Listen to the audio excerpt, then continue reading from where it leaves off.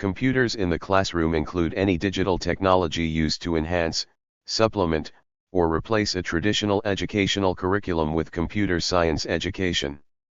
As computers have become more accessible, inexpensive, and powerful, the demand for this technology has increased, leading to more frequent use of computer resources within classes, and a decrease in the student-to-computer ratio within schools.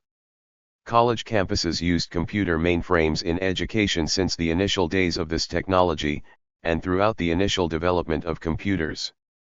The earliest large-scale study of educational computer usage conducted for the National Science Foundation by the American Institute for Research concluded that 13% of the nation's public high schools used computers for instruction, although no users still outnumbered users at a ratio of 2 to 1. The study also concluded that computers proved to be very popular with students, and that applications run on early models included sports statistic managers, administration tools, and physics simulators. In 1975, Apple Incorporated began donating Apple I model computers to schools, and mainframes began to lose their former dominance over academic research. Computer usage continued to grow rapidly throughout this era. In 1977, it was estimated that over 90% of students at Dartmouth College had used computers at some point in their college careers.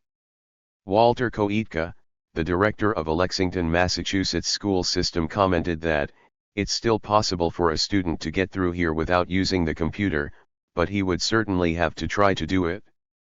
In 1983, Drexel University became the first campus to require every student to purchase a laptop. Computer-aided instruction gained widespread acceptance in schools by the early 1980s.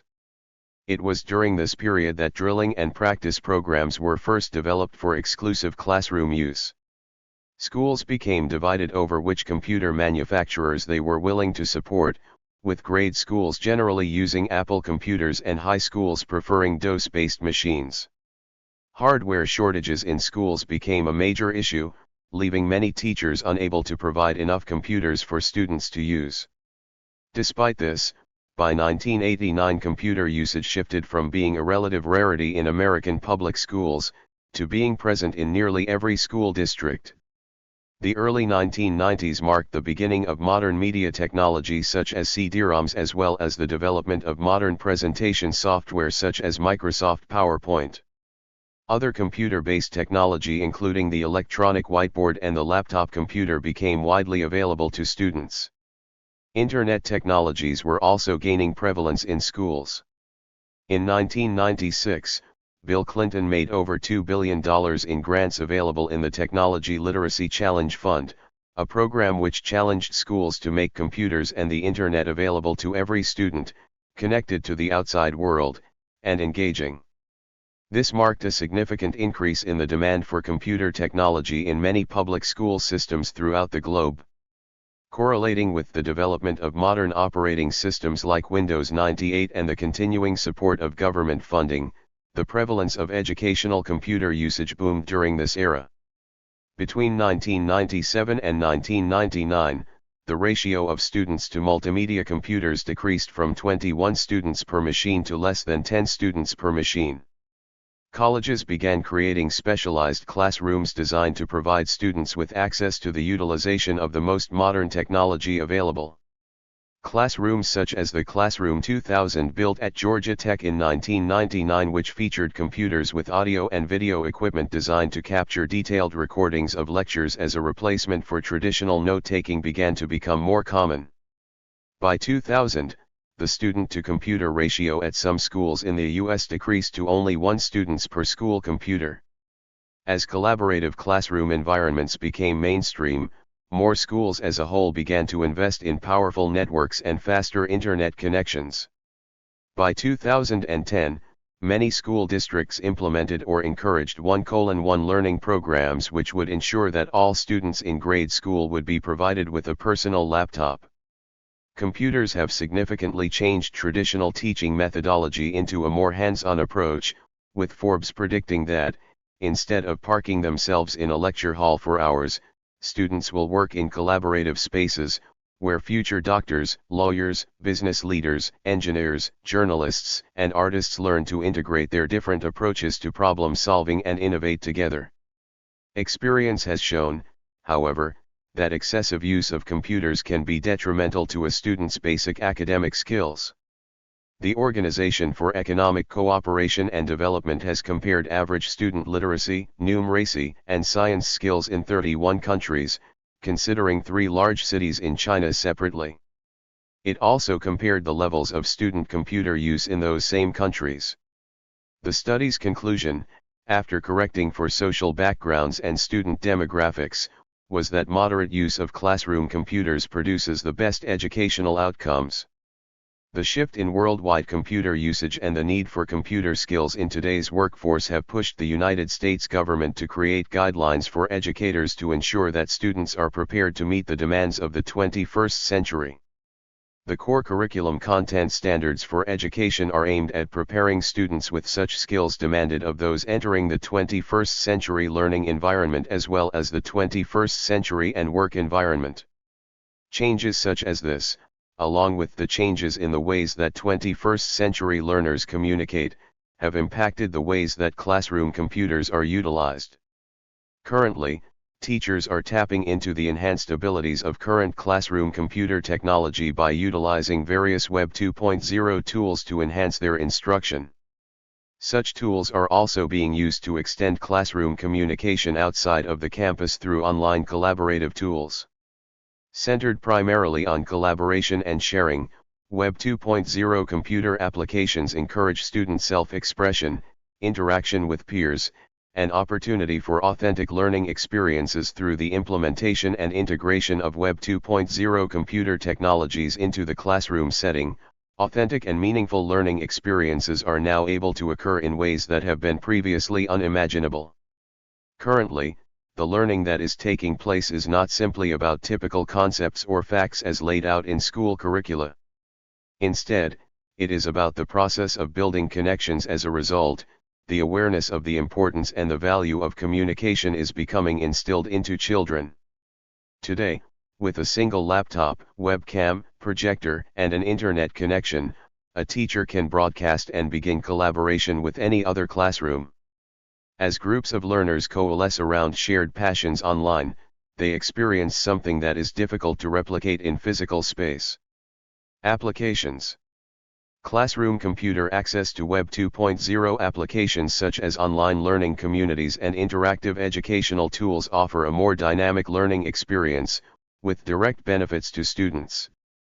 Web 2.0 technologies that are being utilized within the classroom have made it possible for essential learning to be introduced to students during their elementary levels of education and to be refined through their middle, high school, and collegiate experiences. As classroom computer technology is being used for different types of communication, for presentation, for class interaction, and for collaboration, students are required to be readers and writers, editors and publishers, and must be willing to collaborate and co-create with others, working closely together to learn even more in the process. Web 2.0 interaction involves not only sharing ideas or information with someone else, but also receiving feedback.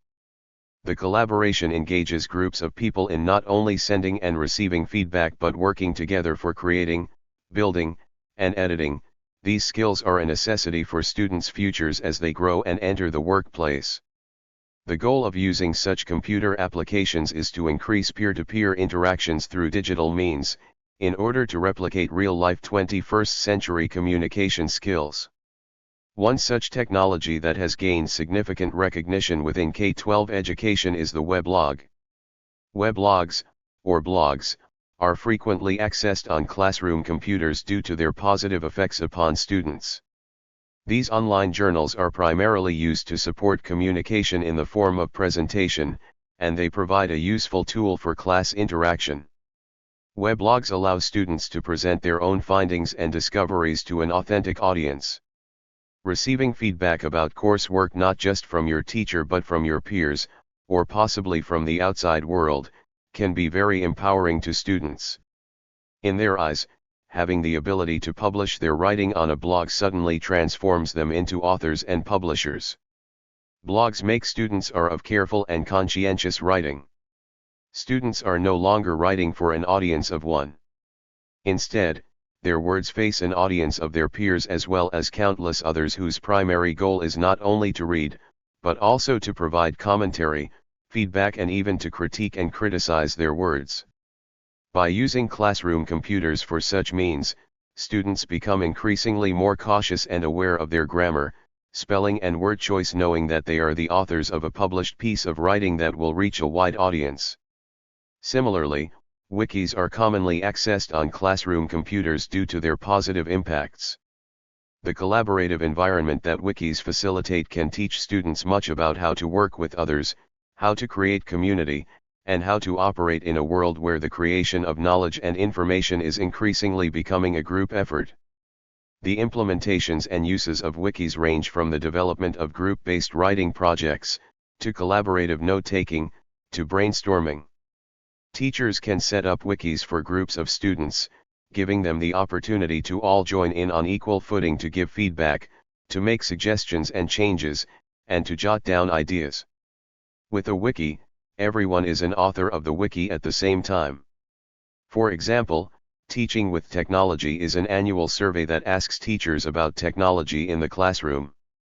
Survey findings found that 38.37% of teachers said that technology has had an extremely positive impact on education, and 36.63% said that technology has mostly had a positive impact on education. Additionally, wikis afford students the opportunity to express themselves using multiple modalities.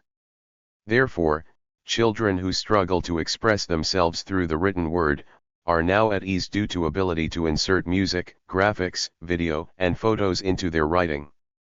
With the help of this technology, students who struggle with language are now able to create multimodal compositions, allowing them to communicate meanings that were once inaccessible or not fully expressed through their printed word. These ongoing collaborative efforts also reinforce the notion of careful, conscientious writing. Students' words are no longer for an audience of one, but instead for an audience of countless individuals. The awareness of this global reach reminds students to be cautious with grammar, word choice, and style, as they know that others will be expanding upon their written ideas. Because of their versatility, podcasts are also commonly accessed on classroom computers. These downloadable, portable files allow listeners to subscribe to digitally recorded audio clips and replay them at their own convenience. Similarly, the use of vodcasts has become almost as common, as they allow for students to view digitally recorded video on classroom computers. Accessing podcasts and vodcasts on classroom computers allows for differentiated instruction within the classroom environment. These technologies provide students with the opportunity to learn at their own pace and the freedom to go back whenever possible and as frequently as necessary in order to check their understanding. Podcasts are offering ESL students, and those with learning disabilities, the chance to review lectures at their own pace for increased comprehension. In fact, research was conducted to see how technology could help the visually impaired in the classroom. It showed that the visually impaired students found technology is better for them, compared to the regular paper. This demonstrated that they can learn for themselves in a classroom. In this case, the iPad 2 helped increase the reading speed of those visually impaired compared to the large printed text on paper. Many EL and ESL students need additional support with defining commonly used language as well as with the pronunciation of new vocabulary. Other students, such as those with special needs, have difficulty reading and reviewing complex texts. Accessing podcasts and vodcasts on classroom computers can easily provide helpful tools to address these students' needs. Ineffective use. Intrinsic barriers such as a belief in more traditional teaching practices and individual attitudes towards computers in education, as well as the teacher's own comfort with computers and their ability to use them, all result in varying effectiveness in the integration of computers in the classroom. Even with the increased access to computers within education systems, the actual use of computers in the classroom lacks meaningful activities that involve the students. Teachers also appear to abandon the intended educational uses of the computers purely for communication between staff and parents, as well as preparation of more traditional learning materials. A survey collected data from 306 in-service teachers from 8 secondary schools. One concept that was found in the research was that for the individual category, which included personal skills and feelings, saw that anxiety and computer self-efficiency had an impact on the teacher's ability to teach. Through different organizational skill sets, technology could either be stressful and negative or reinforcing and positive for teachers. Thank you for watching this video.